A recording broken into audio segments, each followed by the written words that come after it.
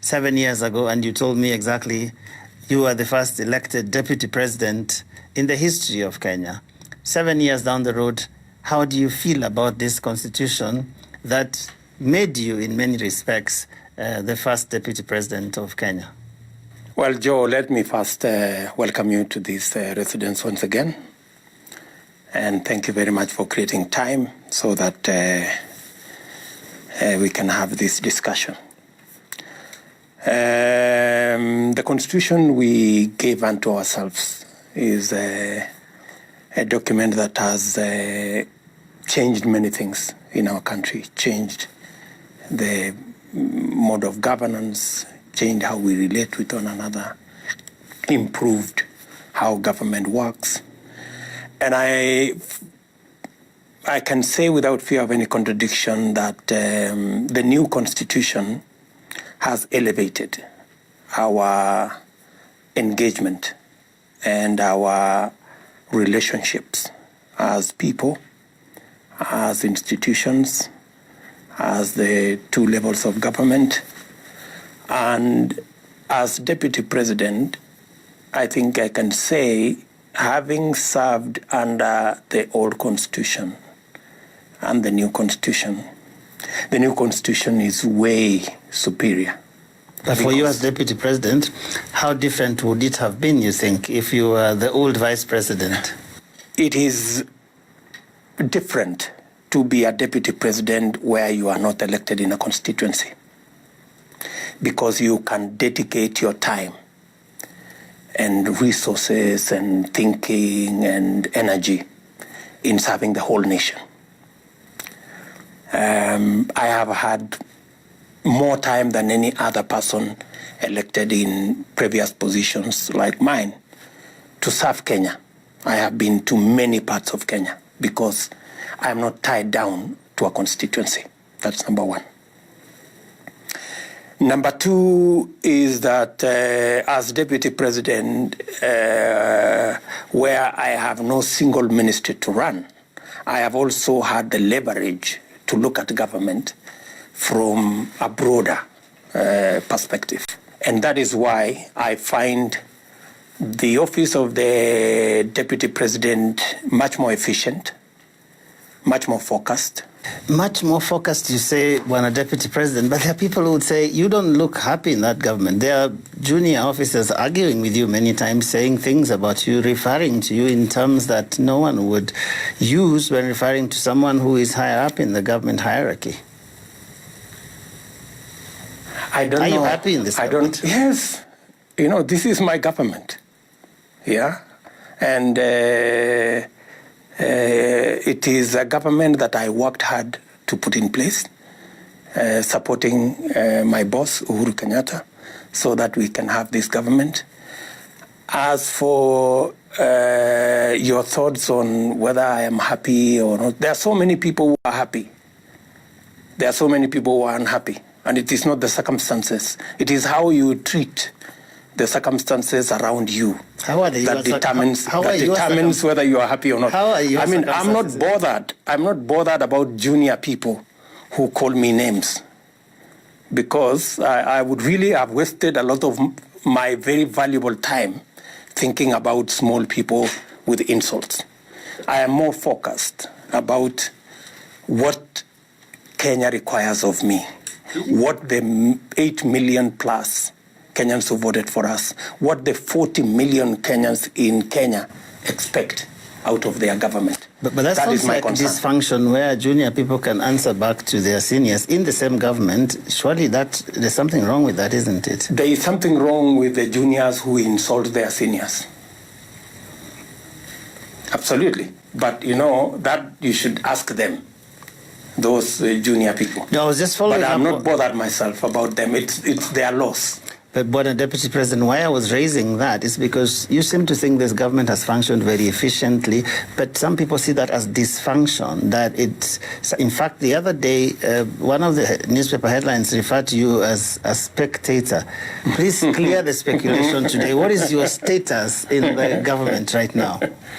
You know, so many things have been said about me in the last 2 years. a spectator. I have been called a guy who is running an office, a big office without power, all manner of things. But that is for those who are making those descriptions. They don't know about what I do. They don't know about where I stand. I want to tell you, for the avoidance of doubt, Joe, the job I do is a constitutional duty to assist the president in the execution of his duties. Any assignment that had been assigned to me by the president, I have carried out, and I have done it with commitment and dedication. Do you have challenges of relationship? You have challenges here of relationships, you have challenges of style, you have challenges of how people want things done, and you have to manage that. It's part of the doing of the job. You know, we are, as I say, politics is different from a church service. A church service, when you say, let's rise up, everybody rises up. In politics, it's different. Take us through what has changed when a deputy president, because we were in this country when the two of you came to power. You seemed to have a very public camaraderie. People would see you sometimes even wearing the same shirts and ties. We don't see that anymore. Are you telling the country tonight that nothing has changed in that relationship from day one to today, 2020? Maybe the style could have changed. You know, maybe it's not always that you do things the same way. And it is the president who determines how things are done. When the president assigns you a responsibility, you discharge it. When he assigns that responsibility to somebody else, they do it. When he feels that things need to be done in a different way, that's what happens. And I'm happy with it. You know, because I would be concerned if there is any assignment that has been given to me as deputy president that I have not discharged. But I am sure if you look at the catalogue of the assignments that have been given to me, they are all ticked. Your supporters don't seem to be very happy. At least people we know who support you, even in both houses of parliament, we've seen them come out and say the deputy president is being mistreated, is being sidelined, is being ignored. We saw them even just a couple of days ago. Joe, I think before we go that far, we are discussing 10 years of the Constitution. And it is the Constitution that made you the deputy president in the manner it is. So I'm just trying to figure out how it is working 10 years later.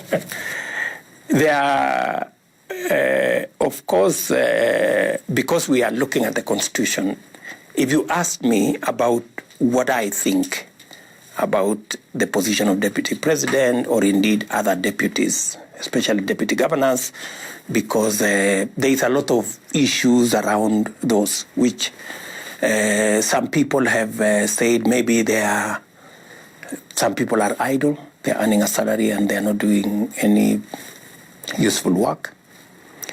But I think that the framers of the Constitution left that space so that it is not rigid and it doesn't break, you know, so that whoever is, whether it's a governor or the president, knows they have somebody who can discharge some responsibilities for them and is given that position constitutionally. Do you think the framers perhaps should have thought about that, perhaps assigned specific duties to the deputy president? Would that have made your life a little bit easier? My life is easy, Joe. There are people who are complaining out there, but you haven't had me complain, have you? But they're your supporters. Surely it should concern you what's hurting your supporters. No. And this situation, the one you see around us between the president and myself, is an agreed position, you know. In our first term, we decided to do things in a different way. In our second term, the president chose to do things a different way. Which way is that? Which I respect. Which way is that you agreed about? No, I'm just saying which I respect. What you see, what you see, that I take a slightly backseat because we want to build the legacy of President Kenyatta. I think for the last several years, it was Ruto. And some people got concerned that maybe we should have Uhuru, because Uhuru is the president. And therefore, for Uhuru to stand out as the president, maybe we should scale down the Ruto part of the Uhuruto, so that Ruto can slightly take a back seat, do less, so that we can project President Uhuru as the leader of government, which is the case, right? I am the deputy president, and I know my place, right? So that is the situation. Maybe other people saw it as a scale down of my duties, but if it is for the good, if it is so that we can have a legacy of the fourth president of Kenya, Uhuru Kenyatta, that I am comfortable with, and that is why I am not complaining, because that is something that we have agreed. Are you confident about the legacy that the president is going to leave? What is it going to be? We have a solid legacy as a Jubilee administration around infrastructure. What we have done in infrastructure is phenomenal. What we have done in electricity is phenomenal. What we have done about changing the paradigm on education is phenomenal. What we were supposed to do the second term would have actually built on what we achieved in the first term, and that was our housing project that was supposed to create between 2.5 and 4 million jobs. Our manufacturing program that was supposed to go all the way to value addition, agro-processing, manufacturing. Our universal health coverage that was supposed to get many people out of poverty, who are now spending an arm and a leg to try to manage their health budgets. And of course the whole area of food production. You say was supposed to. That sounds very. We have made progress, not as much as we would have wanted. Of course, several challenges have come in between. We've had to manage the handshake and manage the whole dynamic around the handshake that took quite a bit of our time and energy and resources. We've also had to manage the pandemic that we have, that has again kind of slowed down what we intended to achieve. But to a great extent, we are focused. We want to deliver on our commitment. Going by our record, I think President Kenyatta has a solid legacy to leave behind as he retires in 2022. Thank you. I know you have spoken a lot about the handshake, and I will not dwell on that, but I just wanted to ask one question. How much of a disruption has it been? Because you seem to say it was one of the disruptions to the legacy idea that the two of you had. I think the handshake introduced a different dynamic, to the whole operation of government and management of issues, right? And of course, it brought a lot of politics with it. And a lot of politics has a way of charging the environment, creating a lot of negative energy. And that negative energy is what slows down creates diversionary issues around what we were focused in achieving. But your boss seems quite happy about the handshake. I don't get the sense that he feels it's a disruption. Well, that's all fine, but I think you agree that we haven't driven as efficiently as we did in our first term. Great. There's one other issue that a lot of people had hoped the Constitution would sort out, which is the issue of corruption. And you have been speaking a lot lately about it, on especially the issue that is active and live, the KEMSA scandal. I remember about 2 nights ago, you had quite a number of tweets about it. How does that scandal make you feel? You seem to have very strong views about it. Corruption is a matter that President Uhuru Kenyatta and I, from the beginning, said we wanted to deal with corruption differently. We do not want to politicize. We do not want to sensationalize. We do not want to target people or target individuals or target communities.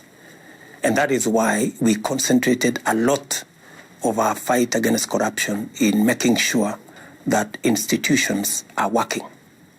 We were assisted to a great deal by the new constitution that set up independent agencies that would deal with matters to do with corruption.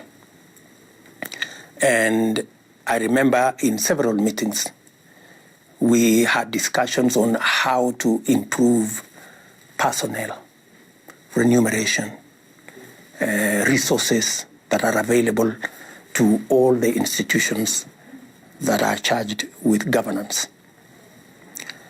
And that is how we focused.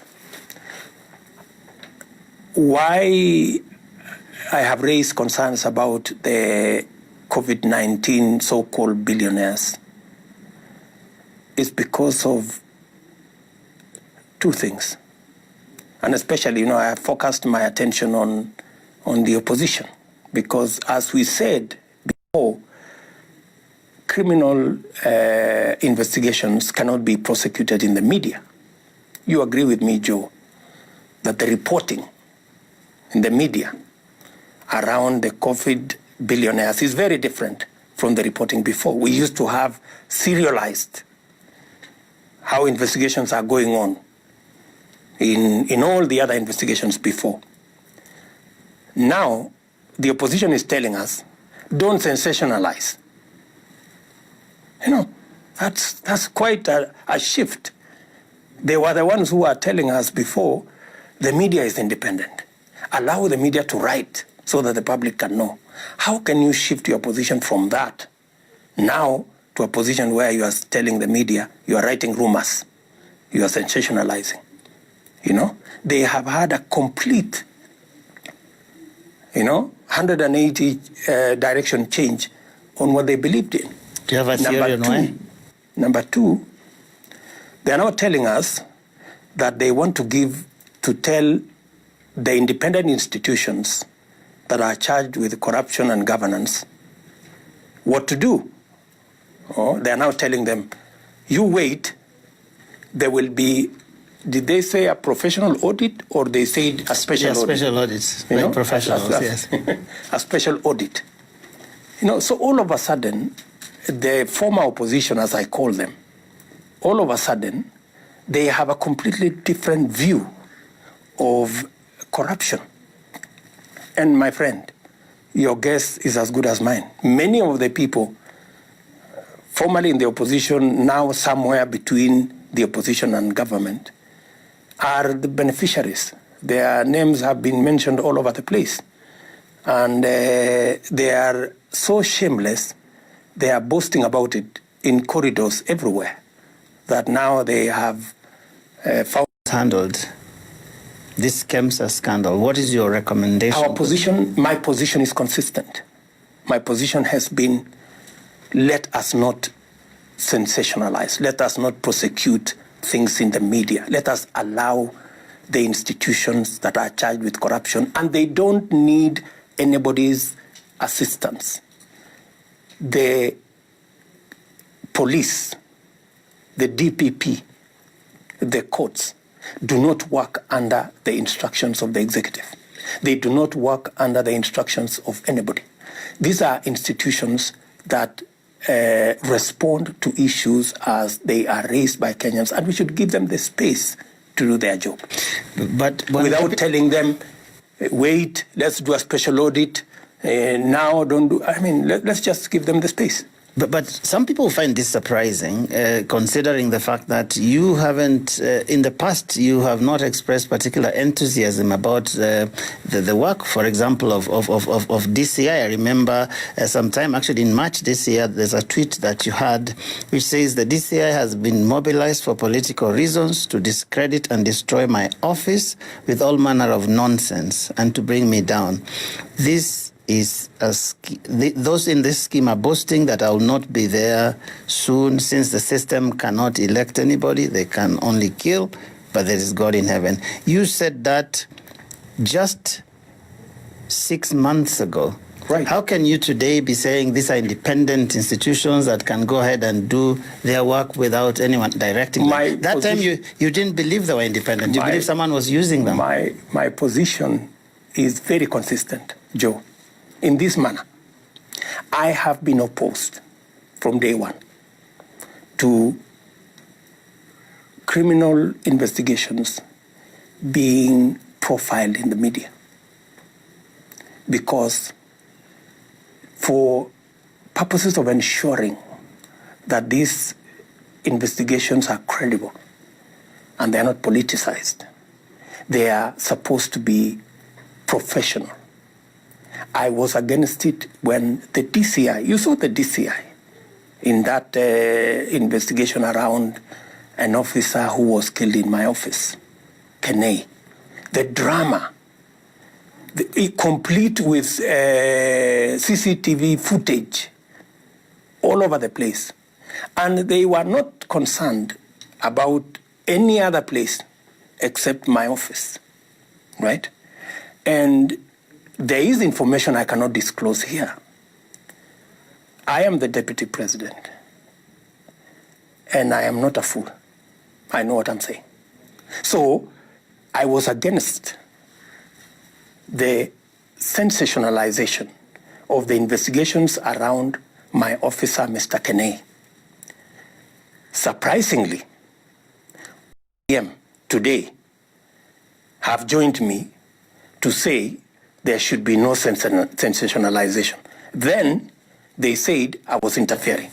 I understand that. So I'm consistent. I'm not changing any position. ODM that, but I have the deputy president here. Correct. Are you saying that is a drama they should take to KEMSA, because you didn't seem to have confidence in them, but now you're saying they're the only people who can get to the bottom of this? Exactly. No, I'm not saying that they should take the drama. What I was raising is I was surprised about the change of heart of ODM to do with the drama. Some people are surprised about the change of heart of the deputy president. No, they were happy with the drama around my office. They are unhappy today. Although there is no drama, they are unhappy that there is even a reporting of what's going on in KEMSA. Do you have confidence that DCI and DPP will get to... That is why I am saying my position is consistent. I was against drama and many other things that I know. And I am against drama even in KEMSA. That's why my position is, let us give space to the institutions charged with anti-corruption to do their job. They do not need the former opposition to tell them to wait for an audit. The former opposition should keep off. Yeah, I am happy that they have now realized that drama, sensationalization should not be part of investigations. And it's too late in the day for them to realize that, but it's fine. At least they have come to that realization. And we should allow the institutions to do their job. But your boss, the president, yesterday directed them, essentially gave them a 21-day ultimatum to get to the bottom of this. You don't think that directing them, telling them independent institutions what to do, are you comfortable with that? I think that's a question you should direct to the president when you find him. I'm asking you whether you're comfortable with it. I'm not the president. Well, you're not the opposition either. No, you've been talking about them for quite some time now, Mr. I am not the president. So that question would best be addressed in that manner. I think the general view of the president is that it should be handled faster. And I think that is a good position to be, because of the concern, of course, of the public around how people would register companies in months and get contracts of billions, how without even an open tender, how equipment like PPEs that cost 3,000 shillings would be sold to KEMSA at 10,000. Those are very glaring things. And I think it is correct for the president to say these investigations should be expedited. I know the former opposition want the investigations to be carried out in 60 days. We don't know that for sure. They haven't said, when a deputy president... I thought it's already in the public domain. Why do you want to defend it? But no, I'm not defending anybody. I'm not speaking for them. I'm just wondering why you find it problematic for the people you're calling the former opposition to be seeming to direct these agencies, but you think it's okay for the president to do that. I mean, aren't we under the same Constitution 2010 that gives independence to this? I haven't said it's okay for the president to direct anybody. And I think if you read the text of what the president says, he said he expects that these investigations would be concluded in 21 days. It is up to the independent agencies to conclude it earlier. All the president is saying, there is urgency because the public is concerned. All right, thank you very much. We are going to take a short break. We are speaking to the Deputy President on this 10th anniversary of the 2010 Constitution, and we still have a lot more to discuss, so don't go away.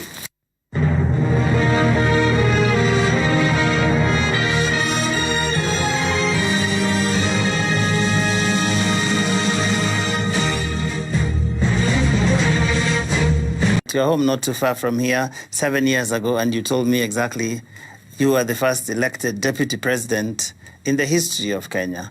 7 years down the road, how do you feel about this constitution that made you, in many respects, the first deputy president of Kenya? Well, Joe, let me first welcome you to this residence once again. And thank you very much for creating time so that we can have this discussion. The constitution we gave unto ourselves is a document that has changed many things in our country, changed the mode of governance, changed how we relate with one another, improved how government works. And I can say without fear of any contradiction that the new constitution has elevated our engagement and our relationships as people, as institutions, as the two levels of government, and as